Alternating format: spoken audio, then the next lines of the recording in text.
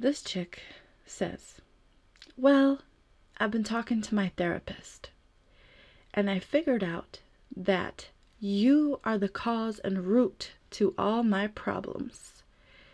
I can't be happy for you because I'm not okay in my life. Hey guys, if you love our content and want to continue to support us, please join our page and become a member of our YouTube. This is our merch store. If you want to go ahead and check that out, the link is in the description. These are all of our merch. So gorgeous, I know. I personally have the face mask and we're currently coming up with some new merch for you. Also, please help us reach 50,000 subscribers by the end of the year, and here's our Patreon.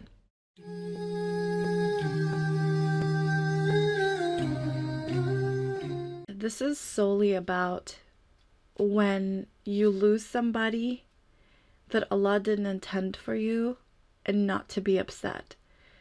And the story of what happened to me. This is the purpose of the story time. Assalamu alaikum everybody, welcome back to my channel. I'm Sheikha, and today we have some piping hot tea. I'm posting this on my podcast channel. It's called Make It Halal. If you don't know, I am to be found on Spotify. My husband and I, we have a podcast there called Make It Halal. And this would be episode, I have no freaking idea what episode this would make, but I have a little story to tell about my ex-best friend and why we fell off. And why Allah removed her from my life for the better. I didn't know that this was going to be such a blessing, but alhamdulillah, now I know. For those of you who don't know, I'm currently on a little journey. That's why I have a face veil on.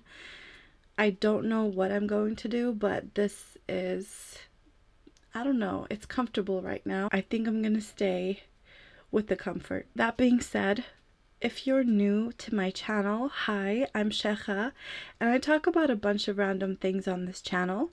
I make videos, I make vlogs, I do challenges with my husband and my family, and I talk to you guys, and this is one of those times where I promised a story time, and here it is.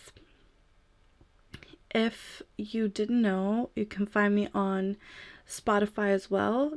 I was supposed to put this on my podcast channel, but I decided to put this on my main channel, but I'm also uploading it onto Spotify, so whoever is a podcast listener, you can go get it there as well.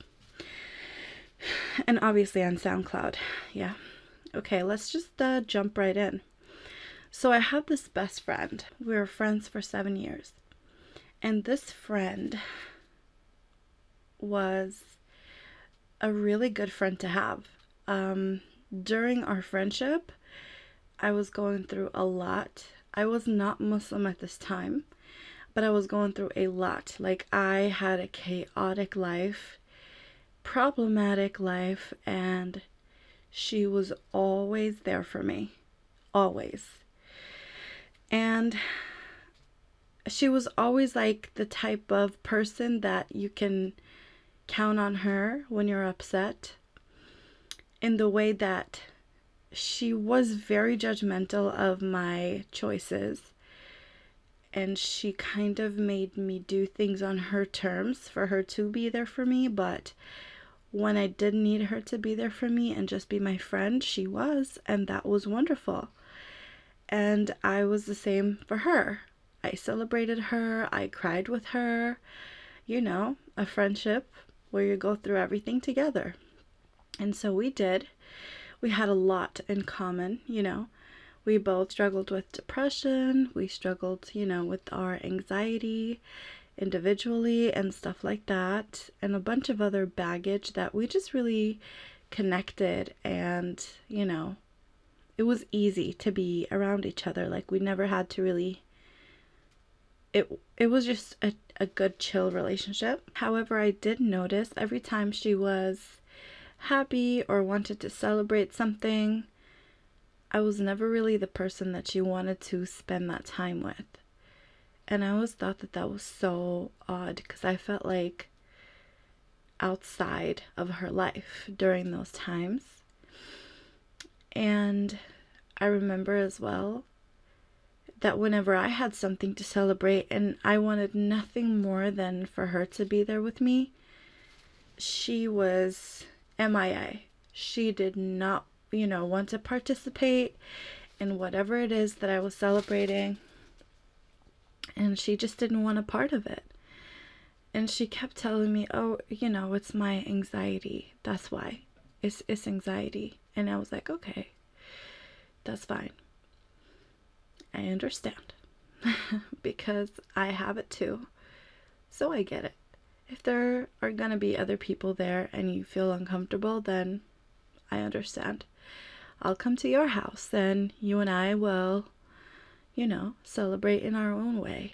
And then something happened, which was like the first time I noticed that I thought this was so weird because at first I saw this as love, but then I've been to so much therapy and I just had to clear my head and just figure out what was that all about. And so I spoke to my therapist and some other people about this particular thing that happened, where every time I would go through something, she would kind of take it onto herself as if it was her problem. And she would cry more than me, or, just be like, I'm so worried about you, and just be so sad. But she never kept that same energy when it was time to be happy for me. And so I always thought that was weird, Then I became Muslim all of a sudden. When I tell you, this girl knew all the crap that I had been through, and still, when I became Muslim, she couldn't be happy for me. She kind of disguised her emotions at first and was like, oh yeah, well, you're still you. Just you can't drink and there will be no boys and stuff, but whatever. She had a boyfriend anyway, though. And I was like, you know what? I can still come to your house and we can still, do what we've always done, and it'll be fun. And so she was like, yeah, I'm so supportive and blah blah blah. She would tell me she was supportive, but I never felt like she was supportive. This is solely about when you lose somebody that Allah didn't intend for you, and not to be upset. And the story of what happened to me, this is the purpose of the story time. A lot of people, when they become Muslim or when they do something for the sake of Allah, they're gonna lose friends. They're gonna lose people in your life. And don't be sad, because you don't have to cut ties with all of your friends. Those who are not meant to be with you on your journey will fall off on their own. And that's exactly what happened with me. That doesn't mean that she's a bad person. That just means that our chapter was over and it's time to move on. And the story continues. And so what happened was, about a year later, because at this time when I became Muslim, I moved in with my mom. So I moved to another city and we didn't see each other often, but I would come into town just to be with her, and just to see her. And that would be nice, but it would be kind of weird. I don't know. We were kind of distant. It wasn't really the same. When I met my husband that I'm married to now, when I met him, she was one of the first people that I told. That was my best friend. So yeah, I told her. And I said, there's this guy. I've met him one time. And I'm going to meet him a couple of more times. But we're going to get married in 2 months. And I told her this while we were at a restaurant eating. And then she just starts crying, bawling her eyes out. Especially when I told her that he was a Norwegian, convert, a revert. This girl's mind went to, I don't know, she was like, I'm scared for you. You're brainwashed. This guy is probably dangerous. All kinds of horrible things went through her mind. Before she could ever say, I'm happy for you, she started to throw all of my past mistakes in my face and just tell me how wrong I've been before. Although I told her, I said, this is not like anything that I've ever experienced before. And she just straight up told me, I can't be happy for you. And so I spent the whole hour that I thought we were gonna celebrate this moment for me. I spent that whole time, the rest of the time we were together, I spent it consoling her. I spent it trying to convince her, despite my own feelings, because I was hurt. I tried to just reassure her that he's a normal guy, and just like me, he wanted to become Muslim and live this life, and we want to be together, and obviously we can't be boyfriend and girlfriend, so therefore we're getting married. And it feels right. Yes, we don't know each other. Yes, you know, it's fast, but that's how we feel, and we're just gonna trust God because we're doing it for the sake of Allah. Which was a concept she refused to understand. And it's okay, I understand that it's hard to, you know, grasp, but as my friend, it's your job to just be happy for me and support me. Not to make my decisions for me, not to live my life, not to take my choices personally. So before we parted ways that day, I was like, you know, she was calm and whatever. She was like, yeah, well, I'd like to meet him before you guys get married and stuff. I was like, yay, you know, I'm sure he's gonna have a lot in common with your boyfriend. Like, we like the same things, blah, blah, blah. And she was like, yeah, that would totally be fun. And I was like, okay. For the whole week when I was in town, I said, let's meet up. And she kept pushing and pushing and pushing and pushing it back until I left town. And then 2 months go by. We don't really talk, but obviously she's invited to my wedding, which was at the mosque. We did the nikah, and then we were supposed to go to a walima, which we had it at a restaurant. And that week when I was there preparing, you know, having my bridal shower or whatever, and just hanging out with friends and family, she was nowhere to be, like, she was not interested in meeting up, nothing. And when it was time for the wedding, she texts me the day of and tells me she's not coming, but I hope you have a nice wedding day. And that was it. Like, the shortest, most, you know, coldest little DM that, you know, it was just, I was like, oh, okay, that's so weird. But then I was like, you know, it's okay, I understand. It's her anxiety.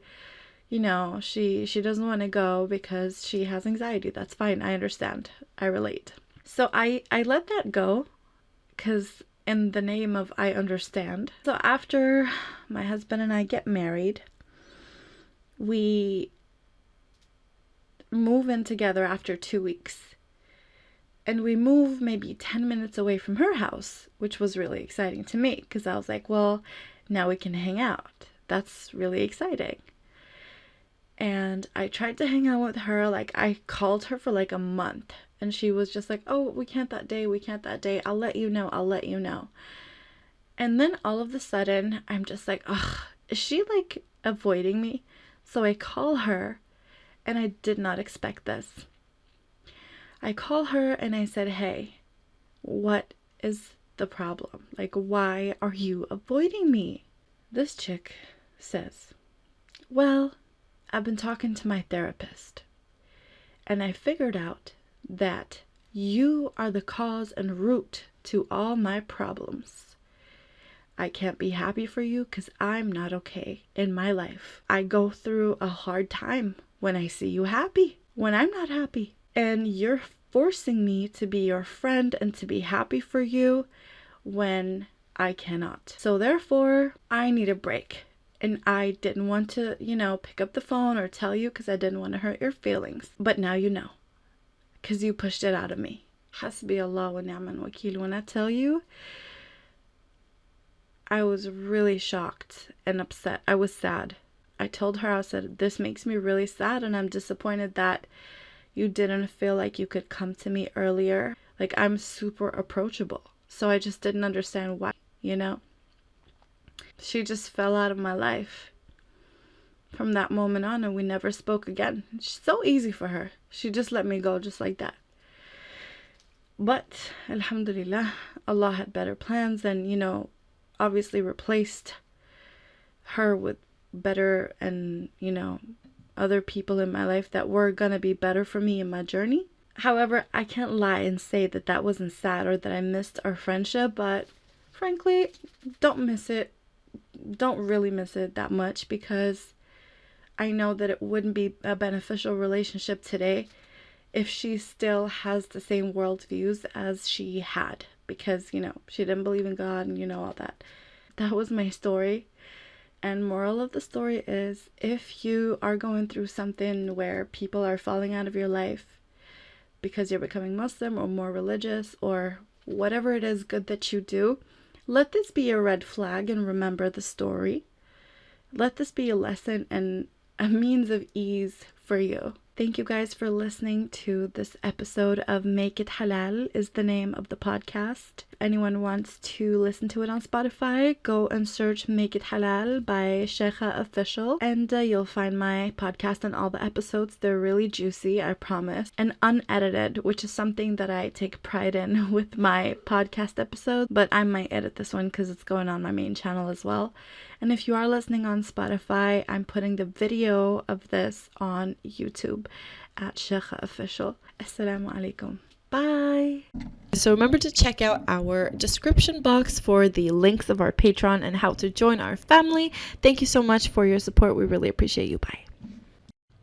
Thank you guys so much for watching, and that was all we had for now. Let us know what more content you guys want down in the comment section, and if you like this video, give it a thumbs up, and please subscribe to our channel if you already haven't. Love you guys so much. Thank you for your support. Assalamu alaikum wa rahmatullahi wa barakatuh.